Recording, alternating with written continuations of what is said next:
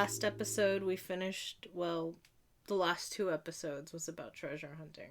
To continue in the mood of inspiration, we are going to talk about how to fill that library up. Okay. And we're going to do this by talking about jumping genres. What's the difference between this one and the others? So what we're discussing is why it is a good idea to go from genre to genre and try different things. Okay. Even though, like, let's say you're inclined to fantasy. Why should you read a biography? Or let's say you are into nothing but chick lit. Why should you read war dramas? That's a pretty good point. All right, I'll bite. Okay. So what are your 3 genres that you go through? Main 3 genres for me are... okay, I think one is fantasy. And I don't usually dabble in high fantasy. I just go with just regular fantasy. Basically, I don't deal with, like, mages and orcs as hard as I should, as opposed to, you know, let's say maybe angels and demons in, like, you know, New York or underground London. Okay. I'm not sure if that makes any sense. So paranormal? Yeah, pretty much. More paranormal stuff. I mean, I know that Neil Gaiman is dark fantasy, so I'm not sure if he's actually part of the high fantasy that people consider within that genre.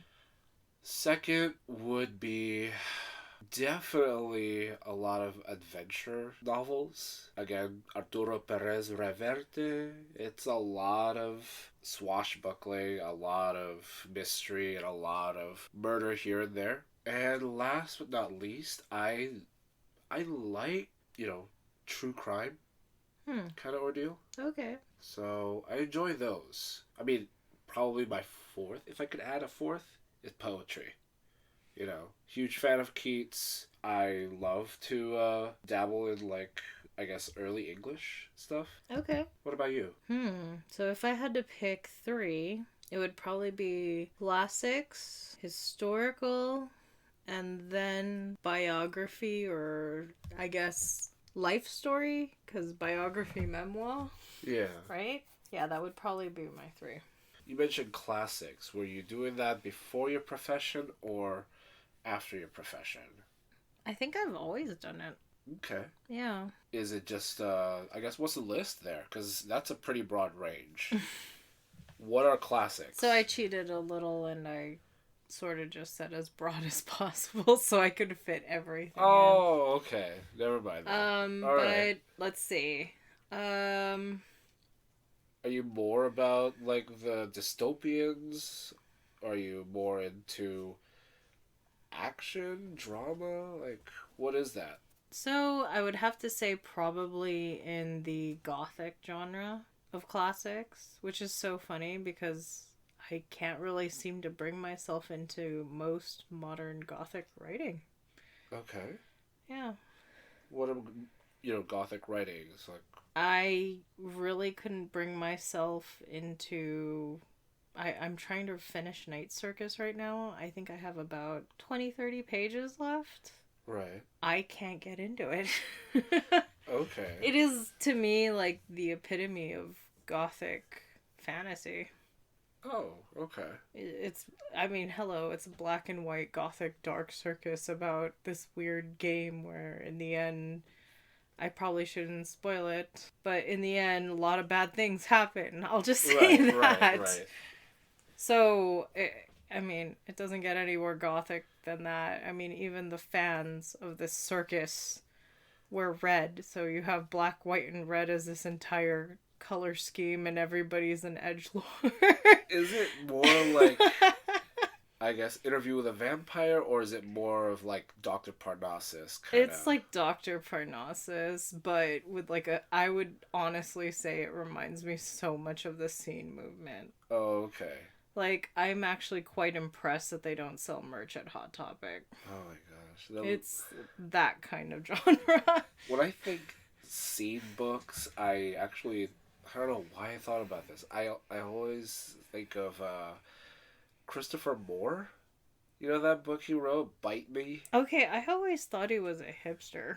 Okay, that makes sense. If I had to create a character, like, to explain Christopher Moore's personality, do you remember the fiancé from Midnight at Paris? Yes. That is who I think Christopher Moore is. Oh, but he's such a versatile, like, writer. Like... Yeah, no, don't get me wrong. He's, like, a really great writer. It's just, every time I see that character, I'm like, is that Christopher Moore?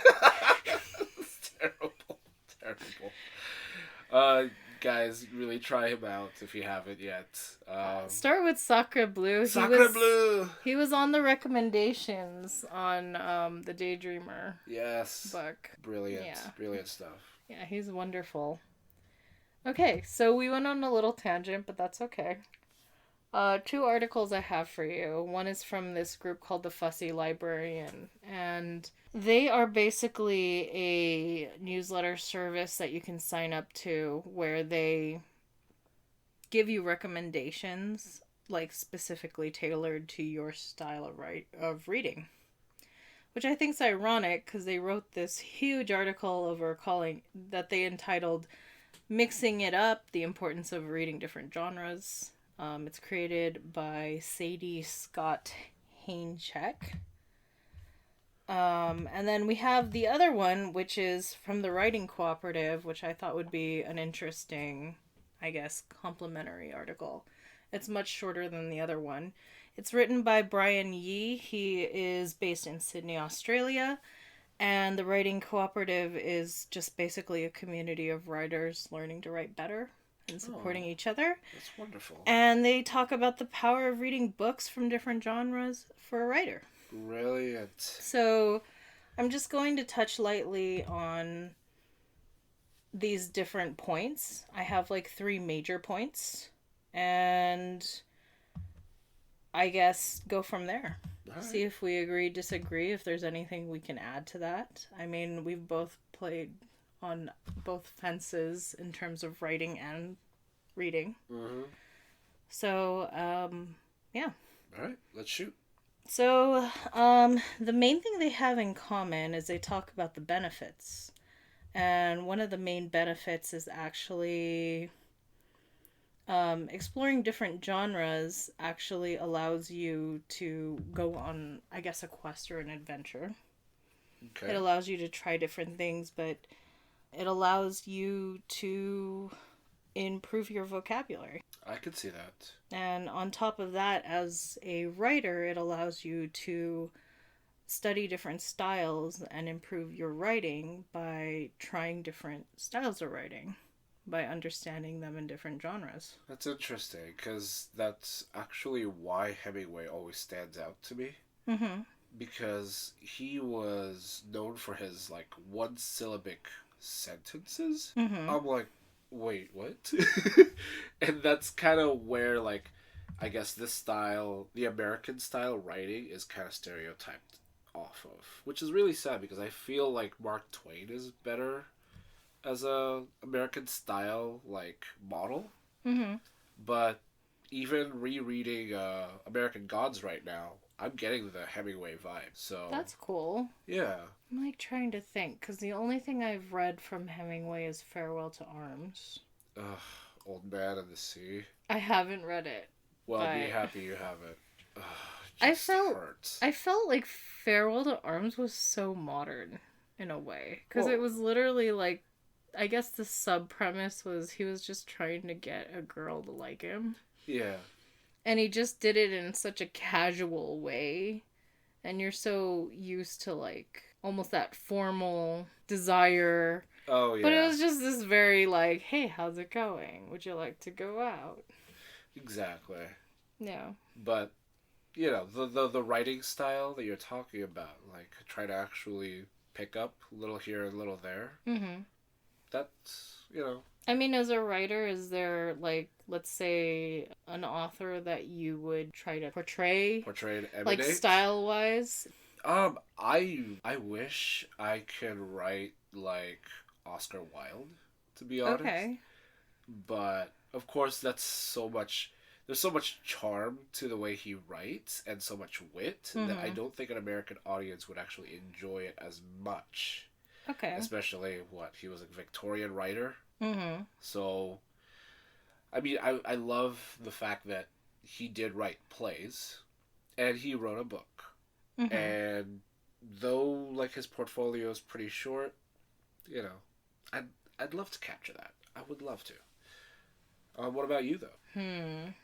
So, someone I really admire in terms of writing style would probably be Cornelia Funke.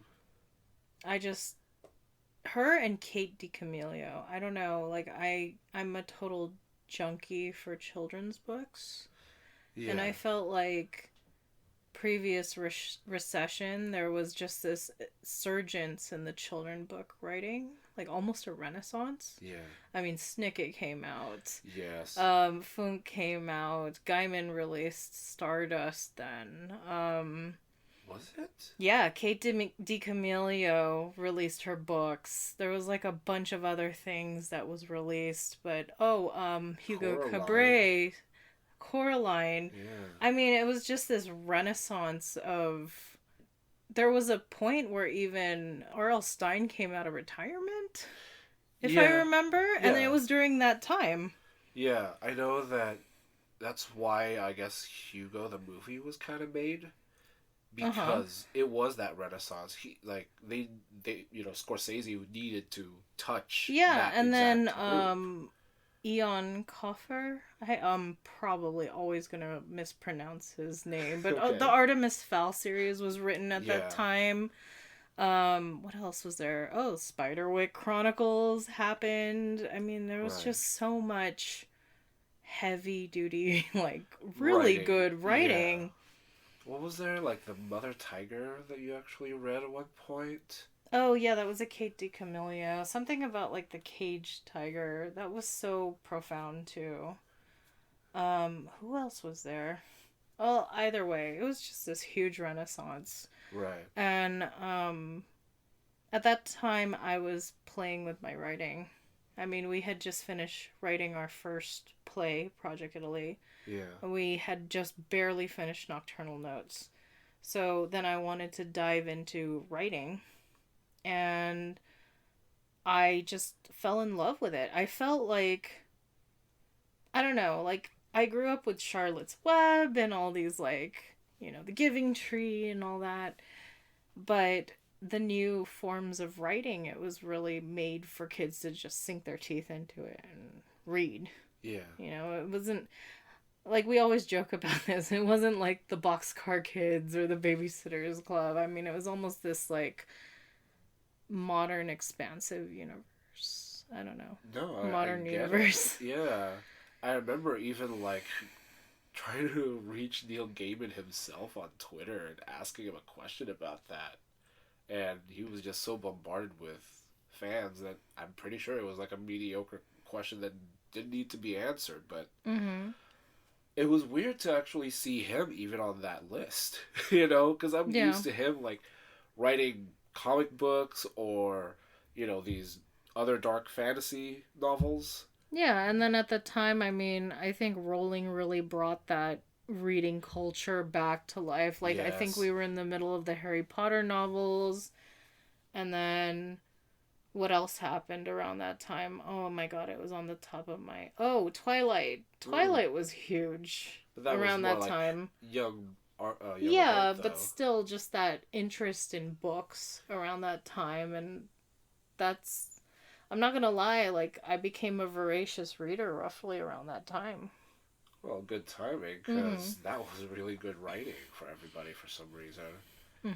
I, myself, wouldn't, I guess, aspire to that level, personally. I guess I think market-wise, because even till now, like, Frost is actually being bought, you know, at like, regular bookstores.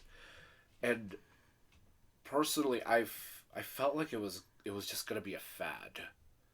You know? Like, everybody was in there. Everybody. I mean, at one point, I think even Stephen King got in it.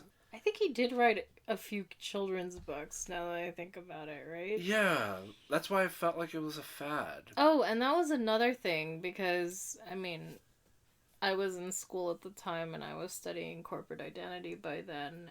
I had to learn to read annual reports, so I thought, hey, I'll creep over and read Disney's annual report. And holy cow, like at that year, I forgot what year, I think it might have been like 2010, 2012, around there. Mm-hmm.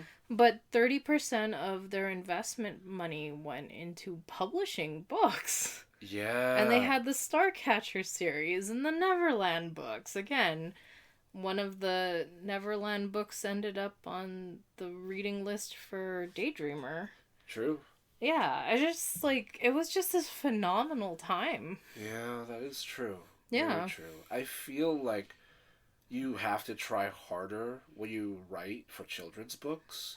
Yeah. Because there's a lot of sensory that you actually go through in those novels. Yeah. I mean, you remember when we co-wrote, we made sure to never have profanity in our writing because I wanted it to be, you know, like, pure. I wanted it to be pure, and I wanted to make sure that the point was brought across without cursing. Exactly. Yeah. So, when you actually go through a majority of Barnes and Nobles, you start realizing a trend in the writing style. Like, you know, young adults, there has to be, like, a shocking ordeal. Or, like, in the adults section, depending on fantasy or mystery, the language kind of, like, I don't know, it changes. I mean, right. you notice that? Right, yeah. No, I do.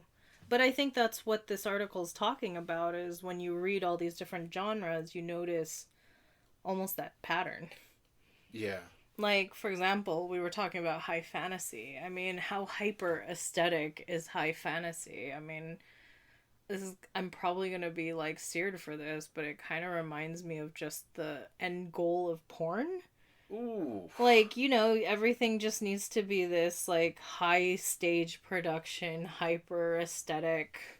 That's rough, yeah. I mean, I don't mean it in a rough way, because in a way it is an art form. If you think about it, like, you just have this hyper aesthetic of everything, hyper staged. True. Okay, like, let's see, what's another hyper aesthetic kind of industry? What about wrestling? Yeah. Like that performance piece, you Right. know? It feels like that with high fantasy. Okay. I can level with that. Okay. I can level with that. I mean, like, when you're in wrestling, obviously you have to show some macho bravado, you have to gloat, and you have to, you know, get the crowd going. Yeah. For that, I guess, male burlesque performance. Yeah, but you understand then that it's this high aesthetic valued piece of writing that high fantasy is. Right. So, yeah, that makes a lot of sense. Yeah, versus, I don't know, self-help books.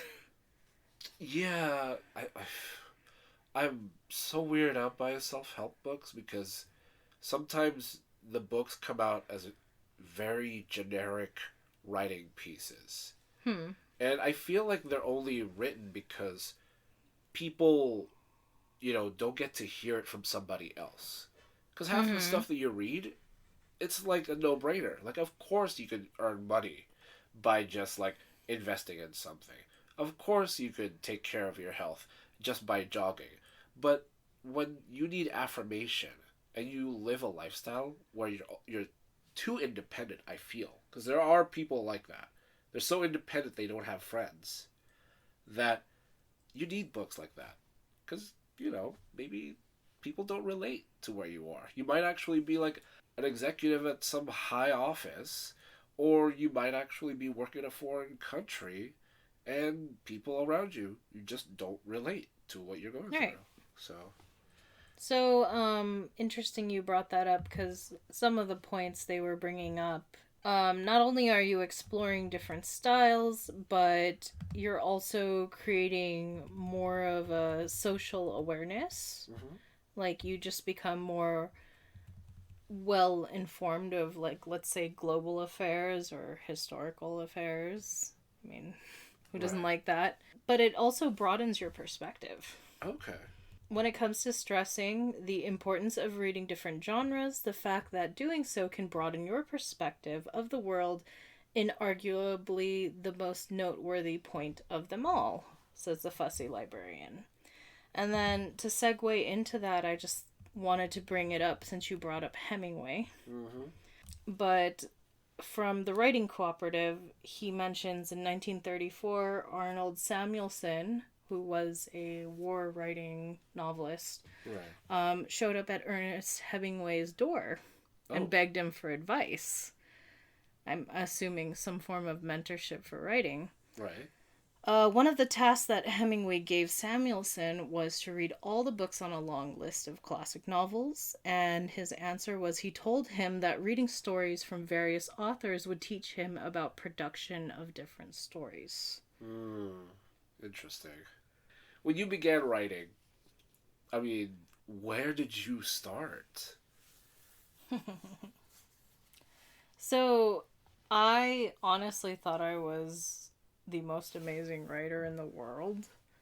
And of course, I learned the hard way that I wasn't. But I find myself just writing the same story over and over. Right. Because I'm just getting better at writing because I'm reading more. A good example was, I mean, it's been a personal baby of ours, is Nocturnal Notes. Which, by the way, T-Hauntiers, I'm sure you've noticed I've said Nocturnal Notes a few times. Yes, there is a tea named Nocturnal Notes. And yes, it is named after our play, which we world premiered in 2007. Was it in Burbank? It was on NoHo Arts District. Yeah. Yeah. So. And it's done a few debuts since then. I mean, we performed at Lit Fest. Pasadena. We did a few shorts from Nocturnal Notes.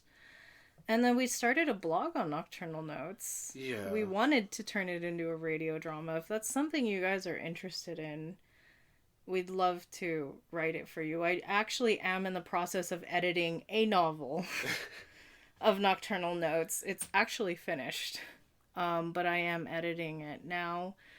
And it's actually written in the style, since we're talking about reading different genres, of Dracula. Oh. I didn't know how much I loved the writing style of Bram Stoker until I read Dracula. I just love the idea of piecing everything together, you know, figuring it out through journal entries and diaries and confessionals. So the entire book is written in that style. Except instead of vampires, I'm writing about a really messy love triangle loosely based off of the King Arthur tales set in art bougie LA. Okay. During what? Like, it's supposed to be 90s or early 2000s. Yeah, 90s, early 2000. Somewhere there. Yeah. Post-recession. There you go. Or pre-recession. Okay. Sorry, pre-recession, right? Yeah. Yeah. So, either way, I mean, it's interesting. Okay. But where was I going with that? How did you get started as a writer in improving? How's that? How did you improve? Well, ironically, going back to the subject that we're talking about, reading way different genres that I would expect. Okay. Not playing it safe. I mean, some of my favorite books are like dollar bin books. That's fun. I mean, has anyone ever picked up a dollar bin book that was like a total win? Did you? Yeah, actually. I think Julia at one point. Okay, I found that at the dollar store, people. Okay. And that was an amazing read. I've also found, get this, Prisoner of Heaven at the Dollar Tree. I was so impressed by that. I'm like, what? Mm-hmm. Guys, if you're into Count of Monte Cristo, try this. It is a total homage to it. Yes. And it is part of the Cemetery of Forgotten Books series by Zafon. Yeah. Which Shadow of the Wind is actually the second book. So it goes Angels, Game, Shadows of the Wind, and Prisoner of Heaven. Okay. I think there's one more. No, I think that's a part of the Rosefire series. But they all connect with each other. Okay. That's the crazy thing. And getting used to the whole Spanish culture on that. Like, was it like 19th century or 18th century on that one? I think it's like World War One. Yeah. Oh, okay. So it's... Yeah. Got it. 20th. It's really good. Okay. So, highly recommend. But, oh, and since we were on that subject, if you guys have a Dollar Tree near you, I don't know what nonprofit does it. Maybe you can do the research, but there was like this thing passed where to educate people or to give people access to good books, they would actually reprint bestsellers and put them in dollar stores. So don't go past your dollar store without looking at the book section. Really. You'd be really impressed what you find sometimes. So next. Yeah, apart from it just making things better, they also say you can discover a new favorite genre. I think that would go with my memoir love.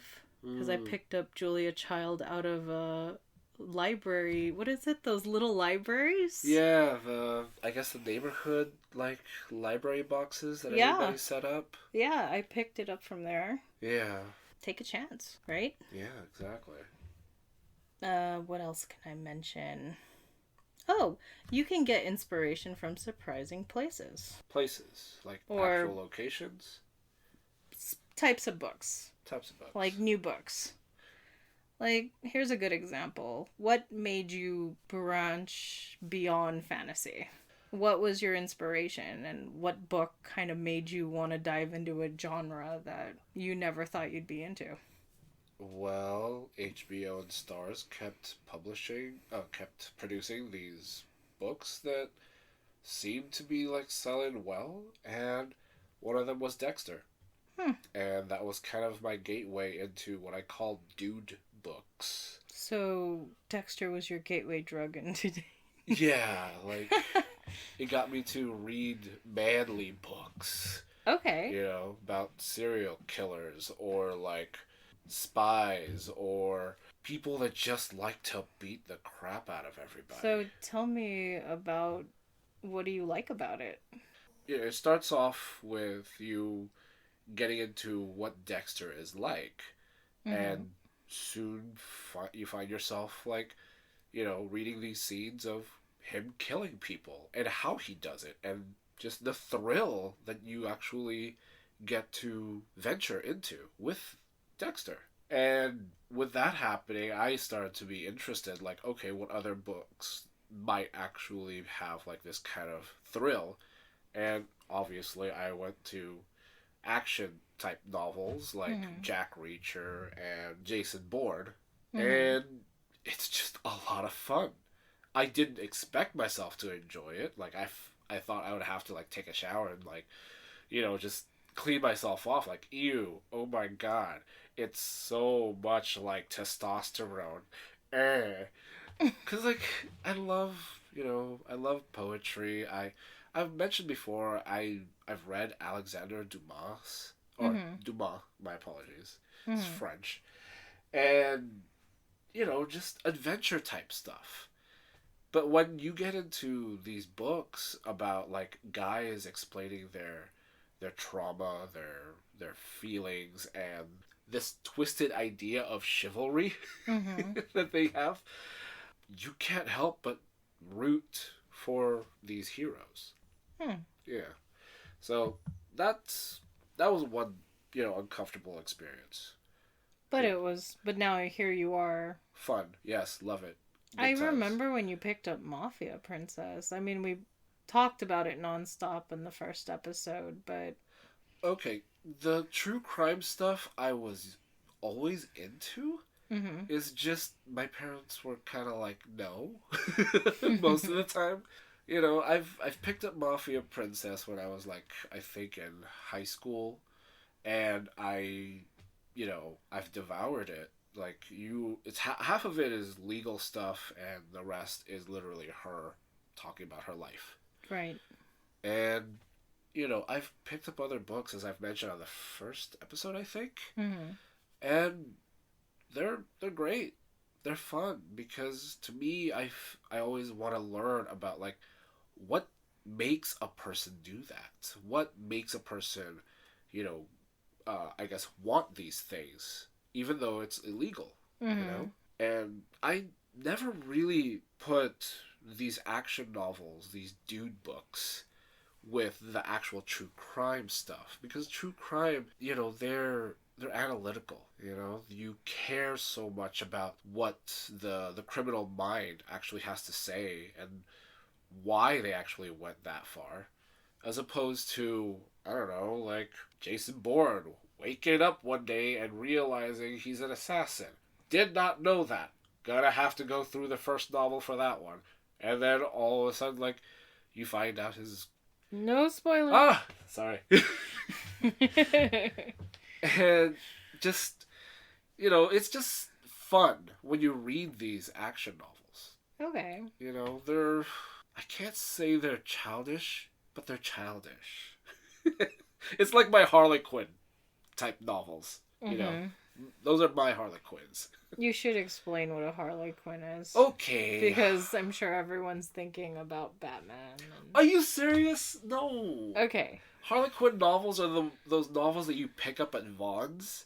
Like, they're just stacked like these really chunky like romance novels. Basically the general picture where it's picturesquely painted men with their shirts open and a woman touching their chest. Yeah, with their like unstoppable abs you can't count. The ordeal about Harley Quinn novels is they're known for being the publishing company that literally just changes the person's name and the location and basically a lot of the nouns and just keeping the exact same story in every book. Wow. That's junk. Crazy. But it's candy for some people. It's, to me, that's what I call a junk reader, and I am like terrified that I am one now. So, on that subject, for everyone out there that follows bibliosinensis.com, we have a lot of little extra goodies on top of the podcast, right? Right.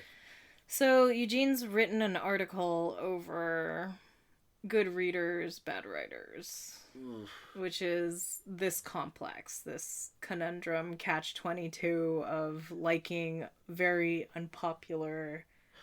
No, liking very popular bad writers. Okay. But you can't help but read them. Okay. That's... oh, God. Nicholas Sparks, and Anne Rice. Two different genres. A lot of people consider their writing style bad or primitive. Mm-hmm. But they are such good storytellers that you just can't help but continue. I remember working at a bookshop before and had a customer come by and confess to me that she'd cry. That she had cried in an airplane while they're in the air. Obviously, you're supposed to turn off your stuff. And it was a Nicholas Sparks book. And she was like, I don't know why she was confessing this to me. I felt like maybe she finally found another reader and understood where she was. And I'm like, I've never read Nicholas Sparks, but it sounds like Anne Rice. Like the vampire Lestat carrying a mace and bringing his mastiff to like take on wolves. When obviously he's in like, the Georgian era, where they have guns, and he's in the snow taking on wolves with medieval weapons because, oh my gosh, he's so cool that way. I felt like I was watching like, I don't know, Dragonheart or Power Rangers. Power Rangers. Yeah. I could see that actually. Like, oh my god. But I want to keep reading. So, there's that. Okay. Check it out. Bibliosinensis.com. There you go. So, since we got that all out of our system, we're going to continue forward on the last half of this podcast. with ways to add variety to your reading list. Ooh. So let's see if we agree with any of these or if we can add suggestions to this. Last episode we were talking about where to collect books and the treasure hunting aspect of the books. But this is more of how to break that, I guess, that ritual. Right. And add some spice to your bookshelf life. Oh my. Okay, so one thing they suggest is try to incorporate one new type of book at a time. The more drastic the change, the less likely you will stick with it. Interesting. Do you agree or disagree? I completely agree. I've actually done marketing for books on Amazon at one point. You can actually follow the trend over what genres people will actually skip to. Mm-hmm.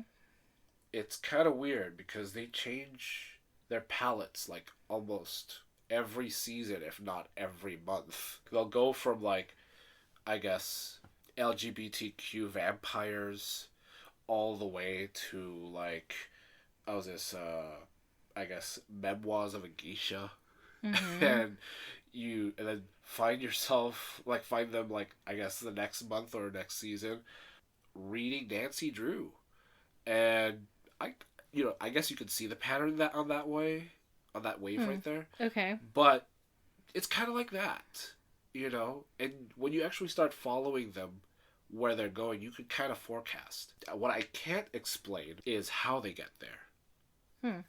And I have a hard time jumping from one genre to the next sometimes. So the next point they brought up, which is something I definitely do, is don't be afraid to read multiple books at once, like our first episode. It may be easier to alternate between a new find and an old favorite. Oh, okay. An alternative to a favorite?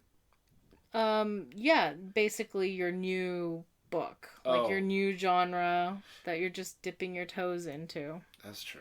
Okay. I mean, do you find yourself actually getting into that? So right now, I don't know if anyone uses Goodreads. I love using Goodreads. It's the library to my psychotic book collection-ness. Mm-hmm. But I always have like 5 currently readings at least. And I have books that I've been reading for years on end. And I just kind of promise myself that I'm going to finish that book this year. It may not be a book that I'm gun-ho good at, but it's familiar. Like right now, mine would be Masters of Margarita. And it's been on my list for a few years now. Because it's huge and it's surreal. Again, surreal Russian politics. Right. Very bizarre. But I'll definitely, like, if I need a breather, I'll definitely go back to reading Masters of Margarita. Okay. I must say, like, I never actually thought myself as somebody that would love essays. Mm-hmm. Wallace Shawn, his essays. If you guys know him better as the guy from Princess Bride, inconceivable. Yeah, that guy. Yeah. He's an essayist, folks. Yeah.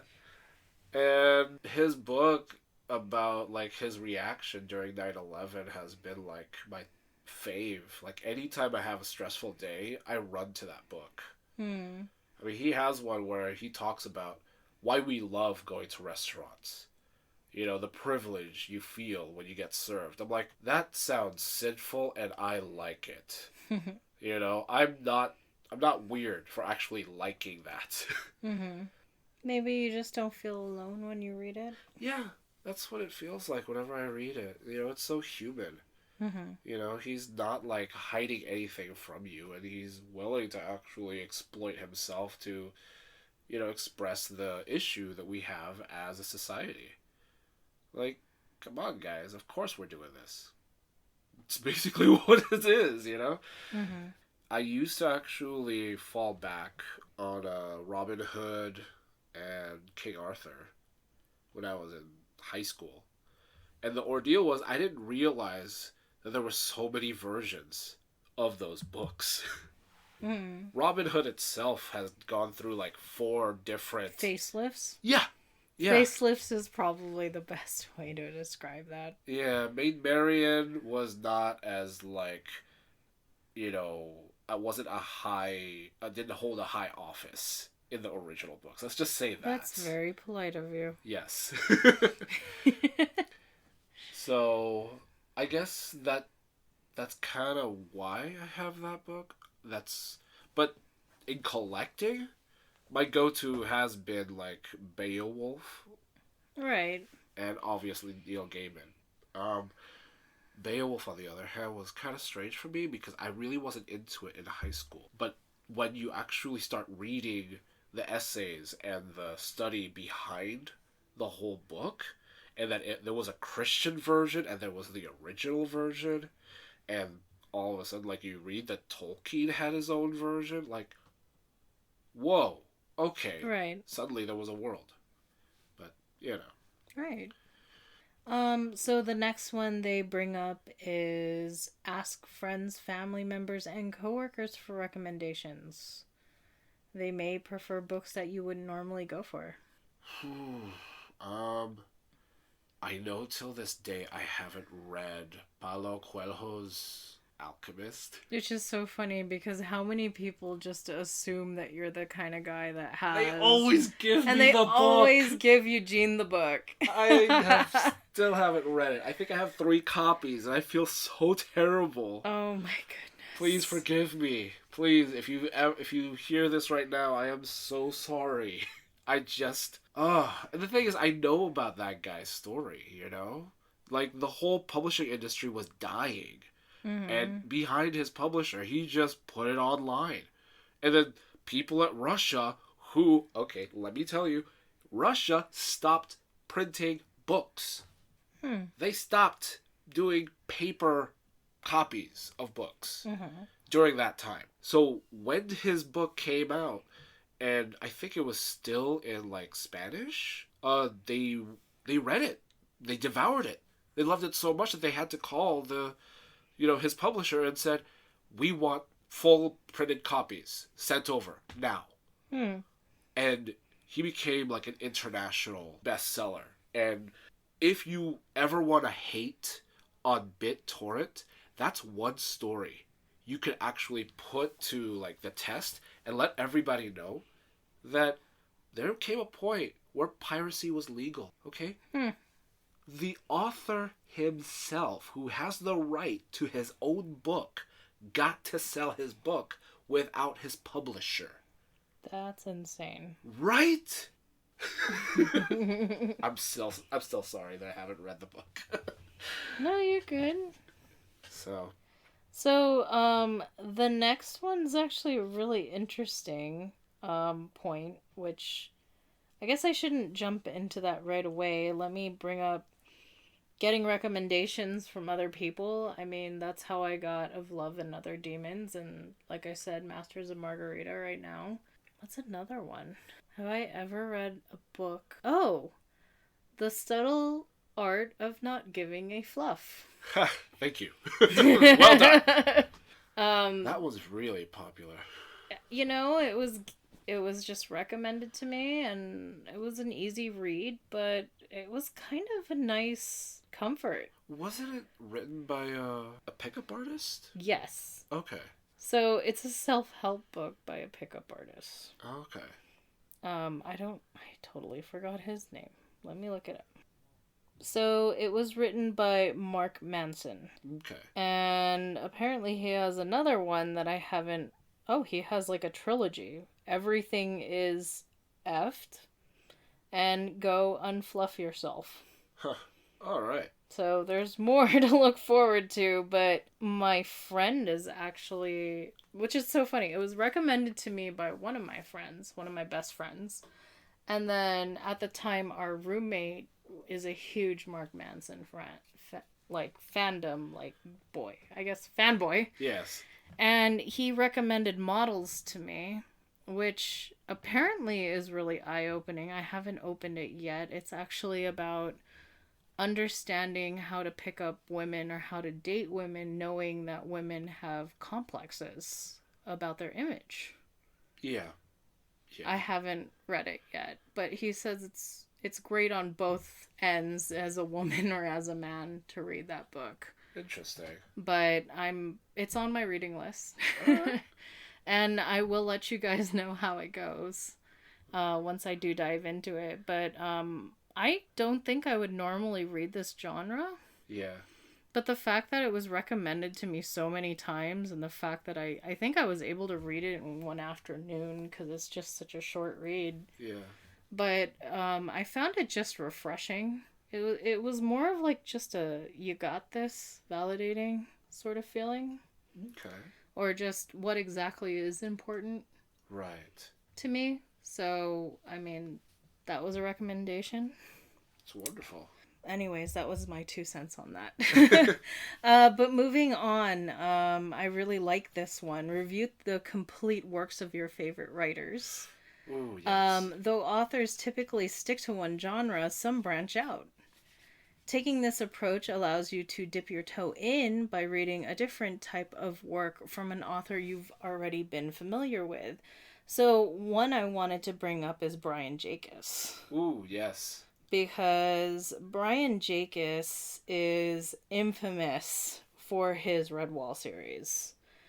And that's all fine and well, but he also had like this one, I wouldn't even call it a young adult novel. It was kind of a adventure novel, I guess. Because the theme was way too dark. But it was called The Castaways of the Flying Dutchman. Yes. And it's not in the Redwall genre. If you like pirates and curses and stories of runaways and death and all that craziness, you would love this book. It got a lot of... I felt like there was a lot of philosophical, depth whenever they have their conversations in that book. Yes. I won't go into detail, but it's about a boy who's, I believe he's mute. Mm. I forgot if he was mute or deaf, but because of that, he stows away on the ship, and he kind of acts as a double agent because, everyone thinks he's dumb because he can't talk or hear. Right. But it takes a total turn. But it's a really fascinating story. Okay. I love that. I mean... Have you found any interesting genre switches? Genre switches? On any of your favorite authors? Not favorite author. Stephen King actually writes essays. Oh. Yeah. What? Yes, he does. Really? Oh God. They were actually in my textbooks when I was in high school. We were allowed to read those. Just not his novels, and he's amazing. Like, he actually gives us an intriguing perspective with old horror from, Germany, as opposed to new horror nowadays. And he expresses that Snow White and Cinderella are much more horrific than his own writing.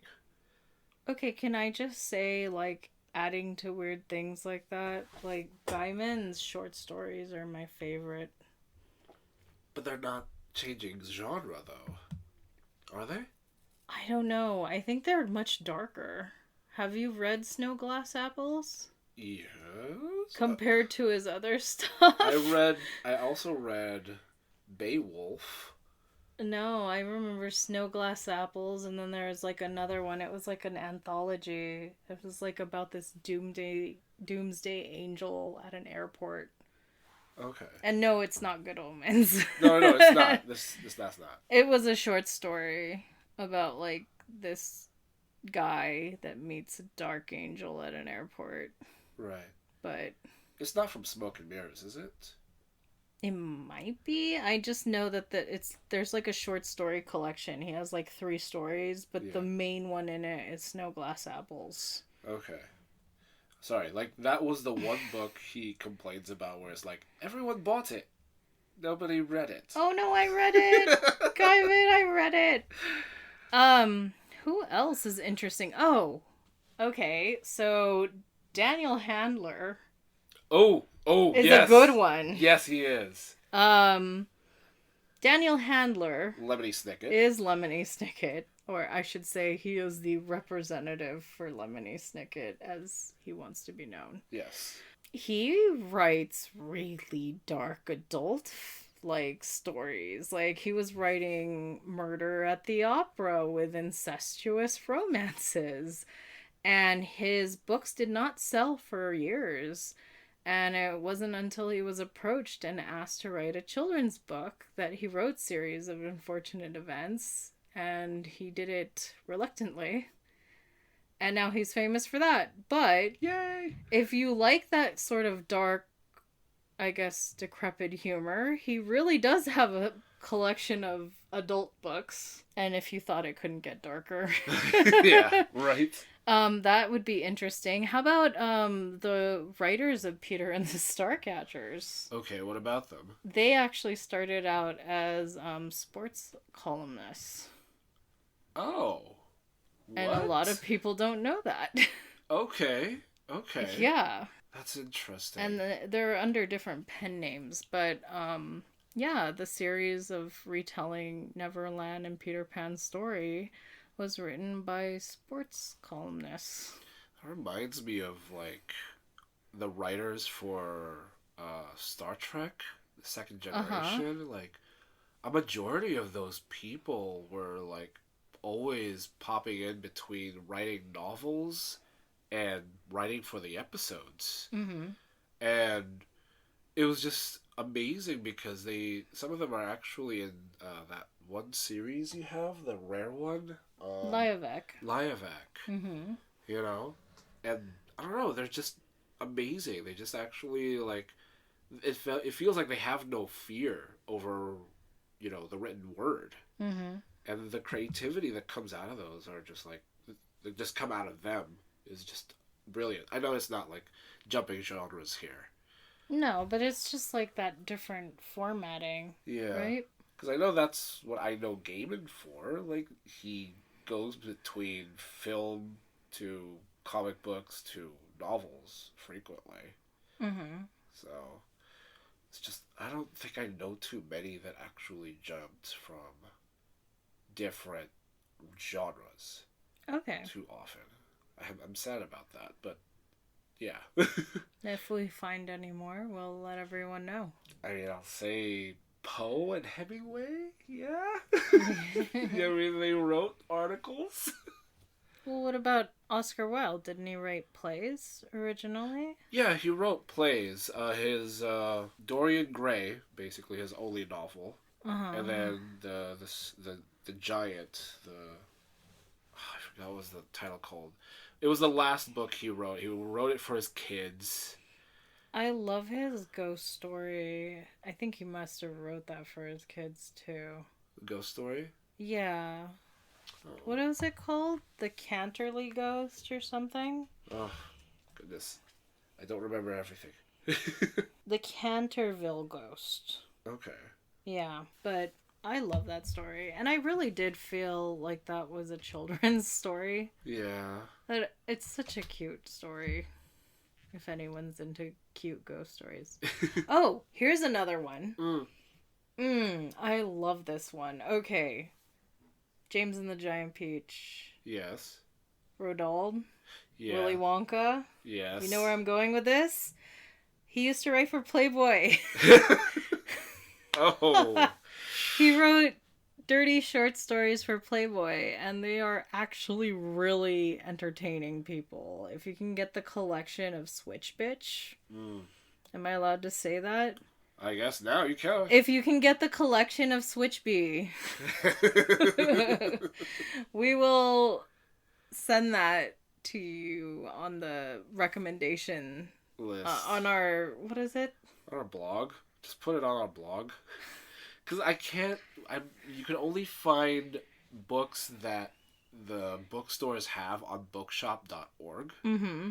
So some of the books that we actually are recommending, it's not finding themselves there. That's horrible. We'll have to definitely put it on the blog then. Yeah, because small businesses, they're not like Barnes & Noble where they carry everything. Mm-hmm. You know? They're very good at finding lucrative books. So if you want to find, like, really good books, I'm pretty sure these small businesses have it.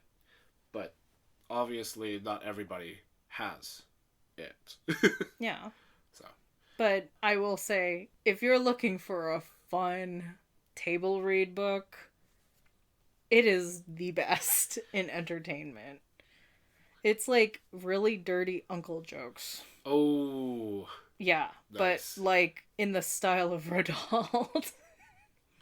So if you Alright. like Fantastic Mr. Fox, BFG, Willy Wonka, and you just like love that capturing of writing, or Matilda, imagine that for grown-ups There you go. with potty humor. It's great. Nice. It's great. I highly recommend it. Brilliant. I bet no one would have expected me to be into that, but it's Rodald. I don't know how to explain it. It's really good. It's like seeing Dr. Seuss artwork in, like, very serious connotations, or like political, used as political cartoons. You know, those 3 phases of Dr. Seuss. Yeah. You know, like, originally half the cats that you see on his pages were actually against Nazi propaganda, and then later on, he has his midnight paintings. Huh. Very contemplative, very dark, and very, like, morose, like, themes. It's his style. Interesting. You could definitely tell You it's his can style. search it. Oh, yeah. Midnight paintings. Good times. Okay, so 2 more points. We'll finish this up. Be spontaneous and choose new genres at random. Go to your local library, bookstore, or ebook marketplace, and head to a section you wouldn't usually visit. So I did this recently. Okay. By total accident. Go on. I picked up the Fifth Avenue Storyteller Society. Yes. Which is the new book. We were talking about this before. Yeah. And it was literally supposed to be about writers creating a club, trying to figure out what they're writing. But it didn't. It, like, totally turned into a romance. And later it was revealed that it was in the Christian romance genre. Right. And that kind of blew my mind. And I'm glad I read it. It was a fun read, but my goodness, I would have never picked it up if I knew. Yeah. So, thank you, library, for that recommendation. And then, yeah. I would have to say the script of Ruby. I did not expect that to be in the Islamic section of religion. Well, that makes sense. I didn't know. Like it was a shocker to me because I didn't know anything about the Sikh, the Sikh religion. Mm-hmm. But Ruby's amazing, know, and I guess it went backwards. I mean, the same thing happened with Madame Bovary. Like, you read, like, Victorian Regency stuff, and you want to read drama, and somebody went ahead and said, try Madame Bovary. And I'm like, okay. And, like, that was not what I expected. I was expecting, like, to read something like Emma style, or like a rendition of, like, Queen Elizabeth or something. But no, this girl is, like, running her credit down to the ground. Yeah. And you can't help but feel horrible for her. It just keeps getting worse. So, there's one thing that's on my recommendation from the library list that I'm a little scared to read. Uh-huh. But at the same time, because of what it is, I want to read it. Oh, and I'm boy. a little horrified. Right. So, you know how I'm really into, like, historical readings and, like, behind documentaries or biographies of, like, I guess vintage Hollywood. I just finished reading Fay Wray and Robert Riskin, and we went to the book signing. Huzzah. Yes. But guess what was recommended to me? It's actually called Fantan. Oh, no. And it's written by Marlon Brando. Oh, no. But it's Marlon Brando's, like, I guess, adventure story about an Asian spy. Like a sex bomb Asian female spy. That must be amazing. That's just glorious. You know? I am so intrigued to read it, but horrified at the same time. Send them to the mattress. If they don't like them, go. Yeah, so, I don't know, guys. What do you think? Oh, is it gonna be like another dragon lady? Is it gonna be horribly inappropriate? Probably. Oh, but is it gonna be half decent writing by Marlon Brando? We'll find out. Oh. Tune in next time. I know, Biblio Sinensis. right? But doesn't it intrigue you? Yeah. That for one he writes, and for two, like, why an Asian sexy female spy? Yeah. Oh, goodness. Okay, cool. Okay, cool. so Yeah, we'll see. yeah. I have nothing. You're like, I have no words for this. Yeah, I'm like, all I could think of is there was this one indie film about Irma Vemp, and I was watching on IFC like years ago, and one of the characters was complaining that why did we hire an Asian woman to be Irma Vemp? And I'm just like, I'm feeling that right now. I'm feeling that. Why is Marlon Brando qualified to write about Asian women? Yeah, I know, right? I don't know. He has experience. A Maybe. lot of experience. I mean, we'll see. We'll see. Okay. Then it says, is there a genre you tend to disregard? Give it another chance. You may be surprised to find that while you never used to like works under that category, you've developed a newfound appreciation for them. All right. I am going to get a lot of flack for this one. Nora Roberts. Are you serious? I know that she's right there with like Nicholas Sparks, and as much as like they're good writers, or well, at least Nora Roberts is a good writer. Well, this is probably gonna go on your blog post. Yeah, right? I know. I still disregard it, and I feel insensitive for it. You know, it's like when I read Pride and Prejudice, and I have like my own silly opinion about it, and it's the unpopular opinion, you know? And help me get into this if you could actually do so. I mean, like, this is why I kind of like look at the Harlequin novels, and I kind of like smirk and laugh and snicker, and I'm not really doing it because I disregard romance. I love romance. I guess it's just hard for me to let my guard down, you know, swallow my pride, and kind of, you know, see it as a psychology for what some women love to read. You know? Like, I know, like, there are people that read erotica to actually understand women when it comes down to the playing field of picking up girls. And I've been told many times that if people read more romance novels, that they would actually be better men. That they would understand women better. And I'm just like, I feel insensitive for not really getting into it. I mean, I liked reading Snow Falling on Cedar. That was a very sensitive story.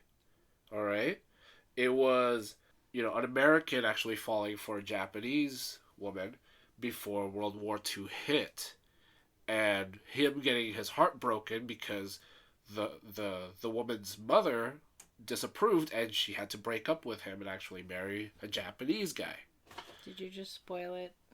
No, that's not the spoiler. Oh, okay. That is not the spoiler. That is the beginning of the book. Oh my goodness. Okay.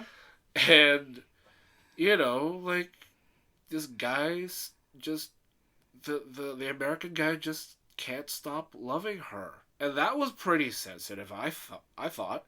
But maybe because I was seeing it as, you know, the whole book was in the man's perspective. Maybe? Please enlighten me. What am I missing? Okay. So, what about you? What's a genre? Oh, I'm a little scared to do it, but I'm gonna try it one day, is Druid, which is horror. Nice. I mean, I thought I couldn't handle horror because I'm just really, like, I'm a scaredy cat. I guess you could say I'm sensitive. But I picked up Druid because I thought the plot was super interesting. It's actually about Charles Dickens. Alright. So, people don't know this, but there's apparently this theory or this conspiracy around Charles Dickens where he got into this horrific accident. Like, I think mid in his life. Yeah. Midlife. And he went from writing really ingenious, chipper, happy writing to almost this, like, dark, morose sort of writing. Right. And the last character he ever wrote about, which everyone thinks is, like, kind of conspiratory and scary, is this character named Druid, who's a Horla, which we talked about with Maupassant. It's basically a vampire that feeds on your emotions. It doesn't feed on blood. And so there's this Phantom-esque character named Druid. And they think that something weird, like there was something fishy that happened. But this is kind of the plot for Druid, which is about the demise of the chipper Charles Dickens. Right. Yeah. Interesting. And I picked it up, and I was completely horrified by it. I mean, there was just a point where it, like, the visuals just disgusted me. Like, I didn't think that you could get jump scares and, like, that spook factor from books that a movie would do, because, you know, think about it, we have the lighting and the sound and the everything, but little did I know there are jump scares in books. And there are, like, horrific things that stick with you, like horror movies. And I just had to put it down, and I actually gave away the book, but then the plot just lingered in my head. And I told Eugene to get the book back for me. So now it's in my collection. It's been sitting there, and I'm still absolutely terrified to read it, but I'm actually pretty intrigued to read it. So I guess the thing to take away from this is trying different things is great. I'd like to play a little game. Oh, okay. Name a genre. Name a book. I'll go first. Okay. Sci-fi. Hitchhiker's Guide to the Galaxy. Your turn. Self-help. Blink. I believe it was by Maxwell. Okay. Alright. And let's go for like two more. I'll go for one right now. Mystery. Everything from Miss Franny Fisher's Murder Mysteries by Carrie Greenwood. Oh. I just started. Wow, that was good. Okay, that was good. Alright, your turn. Since we were going for it, Dude Books. Dude Books. Pick one. Is there beer in hell? Oh no! Oh, that was horrible! Oh my god. I don't know how people stomach that book. Oh my god. Hey, now that you recommended it, you have to put it in our reading. Okay, I have to tell you a story. I read... No. Okay. I have some respect for the man. Okay. Because he self-published his books, and he did it all on his own. Uh-huh. That when he was actually getting a deal, a book deal. Hold on, let me look up the publishers. When he was getting the contract from Simon and Schuster, which is one of the big four publishing companies, he demanded to talk to the CEO. And they were like, why do you need to speak to him? And he's like, I am not leaving this room until I speak to the CEO. And finally the CEO comes in and he's like, what do you need? And he's like, I need to know how you're distributing my books and why I should even sign up with you. And the confession ends there, but he went ahead and revealed that the publishing companies do not own the distribution companies. Wow. And I was like, no way. So like all those like books that you get at Vaughn's and like Barnes and Nobles or just even like your local newsstands, people have access to those. Everybody has access to those. And he actually told everybody, start building your own publishing company, guys. Just start building your own company. And I had like respect for him for that. It's just his books are just horrendous. Like, I know that people love them, or rather, dudes love them. Dudes without taste love them. But, yeah, mad props, bro. Okay. Sorry, that's the one thing I remember by that guy. Okay. And it did make me very uncomfortable. Okay. Okay. So, what are we drinking? Well, since we were talking about trying different things, we are drinking Tiki. And what is Tiki? So, Tiki is a blend of two different tea types mixed into one. And it is Spectral's Summer Blend. For those that miss Disneyland, this is basically Dole Whip. In a tea. In a tea. I mean, it's very reminiscent of Dole Whip. Right. The texture's not there. It's not, like the same feeling. But it does have a very sweet pineapple-y note. Yes. The base is actually a unroasted green rooibos, which is originally what we call red tea in the U.S. It's an herbal. It's a root. We normally take it roasted, which is what people know it for.